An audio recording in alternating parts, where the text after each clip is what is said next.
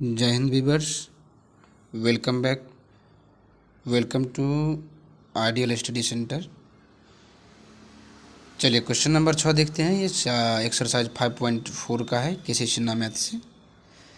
किसी एपी का nवां पद 2n+1 है तो इसके प्रथम n पदों का योग ज्ञात करें।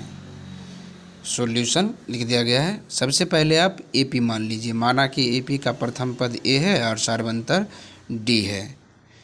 तो हमारा nवां पद कितना दिया हुआ है 2n+1। तो nवां पद मतलब an बराबर 2n+1। nवां पद मीन्स an का मान। तो nवां पद यदि 2n+1 है मतलब an का मान है। यहाँ से आप a1 निकालिए। a जहाँ n था वहाँ 1 आ गया तो क्या होगा 2 गुना 1 + 1 मतलब जहाँ n होगा वहाँ 1 पुट करना है मान। तो कितना आ जाएगा 3 आ जाएगा। ठीक है।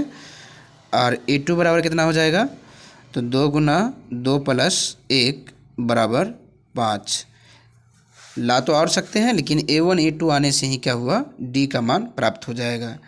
इसीलिए d बराबर कितना होगा तो 5 - 3 मतलब अगला पद माइनस पिछला पद बराबर 2। ये d का मान हो गया। अब हमें क्या निकालना है, प्रथम n पदों का योग ज्ञात करना है। ठीक है जी। तो प्रथम n पदों का योग ज्ञात करना है मतलब s1। ठीक। या फिर आप ऐसे भी लिख सकते हैं sn बराबर n/2 into 2a + n-1 into D. ठीक। मान पुट कीजिए। n का मान नहीं है तो n ही लिखें। ठीक।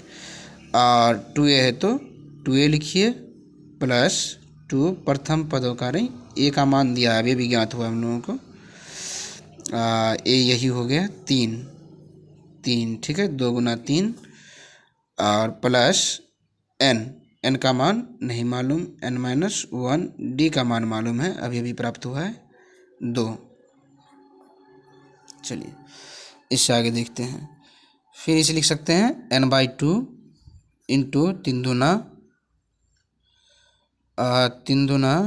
6 है ना। 6 प्लस 2 को n से गुना करेंगे 2n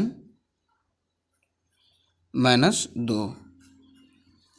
देख पा रहे हैं आप n/2 इंटू क्या हो जाएगा 4 + 2n। n/2 कॉमन ले लीजिए 2, कितना हो जाएगा 2 + n। ठीक। 2 और 2 कैंसिल, तो 2 और 2 कैंसिल हो गया। अब आप n को 2 से गुना करेंगे तो 2n होगा और n को n से गुना करेंगे तो n²। यही हो गया आंसर। एक बार आप फिर से अस्थायी रूप से देख लें। पहले बताया जा चुका है ये एक डिजिटली कॉपरेशन है केवल, इसमें कोई ख़ास वीडियो पर्पस या फिर सिलेबस पढ़ाना इस सब का भी ध्यान में नहीं रखा जा रहा है। हो सकता है हो तो अलग बात है, लेकिन अभी केवल स्टूडेंट कोऑपरेशन के नज़रिए से बनाया जा रहा है वीडियो।